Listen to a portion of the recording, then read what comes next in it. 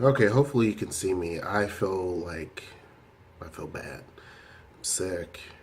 Yeah. Anyway, you don't care about that.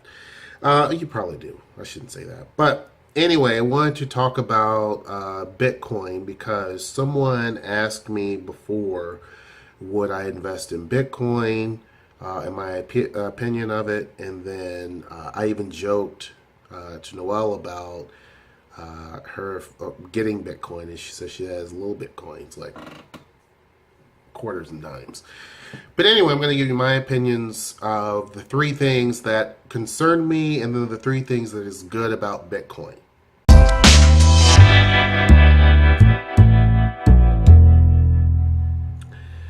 For those of you who don't know, Bitcoin is a cryptocurrency. It's a digital type money, and it is something that's been around for quite a little bit of time, and it's gaining a lot more steam because more people know about it. I was aware of it a long time ago because a friend of mine at work came to me back in the day when it was like, I don't know, $300, $100. I can't remember now. And so he was telling me, hey, we should do this. He was watching it. He pulled up on his computer screen, the trending lines and all this stuff. And I told him, I said, I'm not really interested in that. To me, it's just a fad. I'm not interested in it, right? Now it's much, much more higher than that. It's like beyond the $12,000 range. I think today it reached $20,000 or something like that, but then it fell dramatically. And so it's this up and down thing. Of course, people will say, well, it's going to go up and down because it's trying to find its proper balance, right, of its true value. And then, of course, it will start to it will be more stable and go up gradually versus these huge swings up and down and all this other stuff, right? Well, here's my opinion of it, and it hasn't changed since then. Now, will I invest in it? Don't know. Maybe later. But here's what I'm going to say the pros are of Bitcoin. It's fast cash, right? If you invest in Bitcoin because of those huge upswings, then you're able to cash that in, and then you're able to reap your reward. So you may put in a little bit, and I'm gonna talk about this because I guess I should have started with this other one first. You can buy as much as you want at any time, or as little as you want. So if Bitcoin is at $17,000, that doesn't mean you have to have $17,000 in order to buy it, right? You can buy a percentage of that, right? So obviously, as Bitcoin goes up, the more you have that you've purchased, the better it is for you. The smaller amounts, like if you're just putting in, just a few dollars here and there, it's not going to be as dramatic. When people can invest a lot of money, you're seeing a whole lot of, they're loving it, right? So that's the cool thing about it, is that you can buy any amount at any time, basically any amount at any time. So that's a good thing. Also, I mentioned fast cash, right? So it's cool to see money that you put in there double or triple or whatever, and you're able to cash that in and take it. Some people will cash in whatever they made and keep the balance. So let's say you put $1,000 in, and all of a sudden you look in there and it's like $4,000. I don't know. So they may cash out, take $3,000, and leave the $1,000 in there, right? So they take that $3,000, do whatever they want to do. Some people just let it ride and let it continue to escalate up.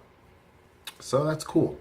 The other thing that a lot of people like is there's really no middleman. Yeah, there kind of is because you have to go through a process to sell it. Coinbase.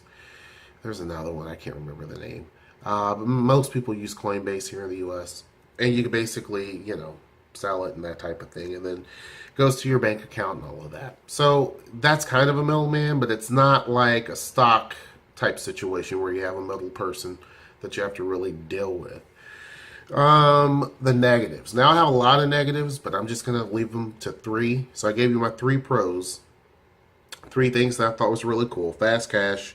You can buy it any time. And the amount doesn't have to be the full blown amount. You could buy at a much less amount in terms of percentage. And then there's really not a middle person that you have to kind of deal with. So in other words, if I wanted to sell right now, I can go on my phone and do it. Or if I wanted to buy some right now, I can do it at that point. It's totally different than stocks. With that said, the negatives are it's extremely volatile. I mean, it doesn't take a rocket scientist to understand how volatile Bitcoin is. Not only Bitcoin, but Litecoin and the other. There's another one. I can't think of it right now. But they're all just all over the place. The other ones are a little bit more inexpensive, obviously. Their value is a lot less. But Bitcoin is where a lot of people are putting their energy at. It's the one that people know more about. And it has been around longer. So,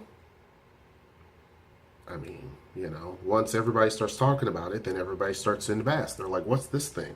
They read up about it. It's kind of a trendy thing. So people start to invest. And so to me, if something's super trendy like that, it gives me a lot of red flags. And back when I first knew about it, it sent red flags to me because of the simple fact that I just didn't understand this whole digital currency thing, and that, the value is what people determine it is, which technically money is the same way. Money has the value of what people are willing to buy it at and what they believe it's worth. But, so I get it. But to me, huge, massive swings like that, up and down drastically in the matter of just a few hours, it's just not my thing. I don't like that volatility. Now, if it had some long stability, and I'm talking even just several months of stability, where you don't have these massive up and down spikes, these life and death spirals, then I would probably consider it. There's really no checks and balances. I'm someone that likes to know where my money is going. I don't like to invest in something that I always have to think about, I'm wondering if that's actually a good idea, or if that's, I'm even nervous about 401k options that you choose. I really and truly focus hard on what I invest money into, and I'm very suspicious of a lot of things. And to me, there's really no checks and balances. Now, some people love that. They think it's a wonderful thing, and it's a freeing thing, and all that. But to me, I like to see that there are checks and balances, and there's good regulation and all of that. So to me, I consider that a negative. You may consider that a positive.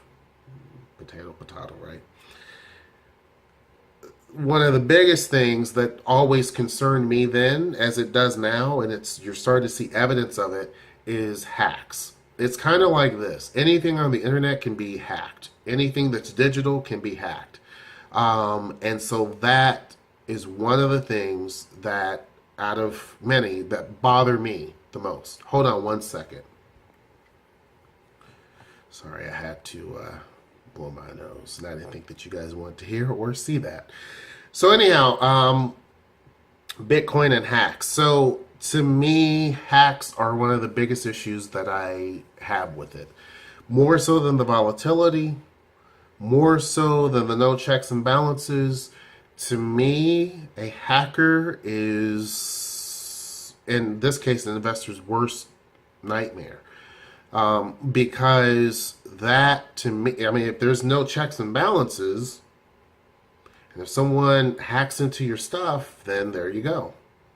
Now, if someone has an answer to that, if someone has an answer as to what happens when you get hacked, do you get is there some sort of insurance behind it or something like that?